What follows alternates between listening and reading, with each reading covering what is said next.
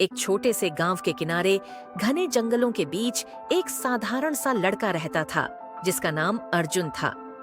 एक दिन अर्जुन को जंगल में लकड़ियां काटते हुए एक अजीब सी चमचमाती वस्तु दिखाई दी। वह एक प्राचीन किताब थी जिसके कवर पर सुनहरे अक्षरों में कुछ लिखा हुआ था जिसे वह समझ नहीं पाया।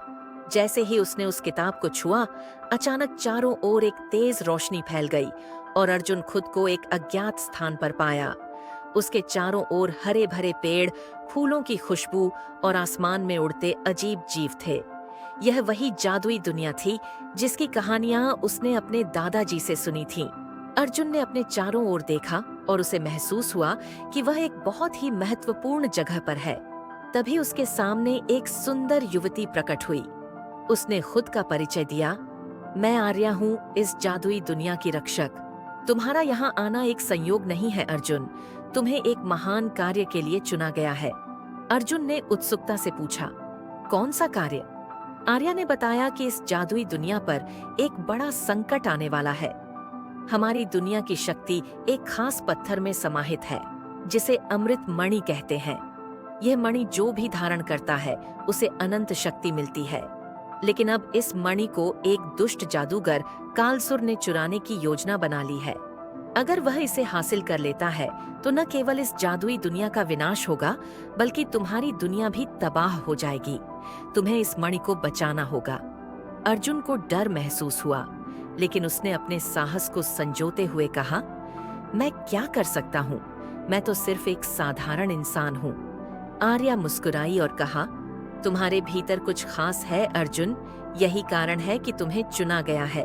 यह जादुई दुनिया तुम्हें वह शक्ति देगी जिसकी तुम्हें जरूरत है, लेकिन पहले तुम्हें खुद पर विश्वास करना होगा। इस प्रकार अर्जुन ने अपना साहसिक सफर शुरू किया। उसने इस जादुई दुनिया में कई विचित्र प्राणियों से मुलाकात की, कुछ दोस्त बने तो कुछ शत्रु। उसकी यात्रा में उसे अनेक चुनौतियों का सामना करना पड़ा।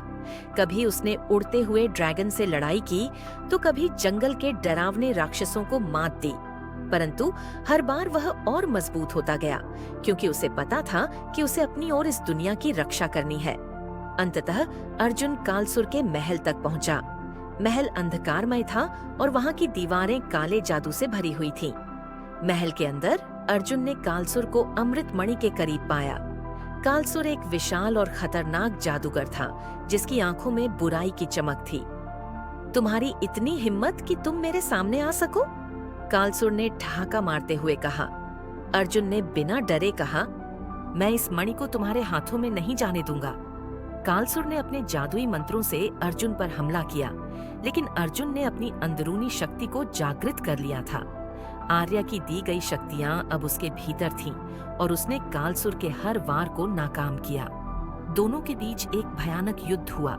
अर्जुन ने अपनी बुद्धि और साहस का इस्तेमाल किया और आखिरकार उसने कालसुर को हरा दिया और अमृत मणि को सुरक्षित कर लिया। जब अर्जुन ने मणि को छुआ तो एक बार फिर तेज रोशनी फैली और वह वापस अपने गांव के जंगल में लौट आया।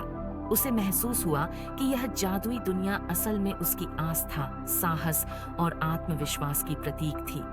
उसने सीखा कि सच्ची शक्ति किसी बाहरी जादू में नहीं बल्कि हमारे भीतर होती है।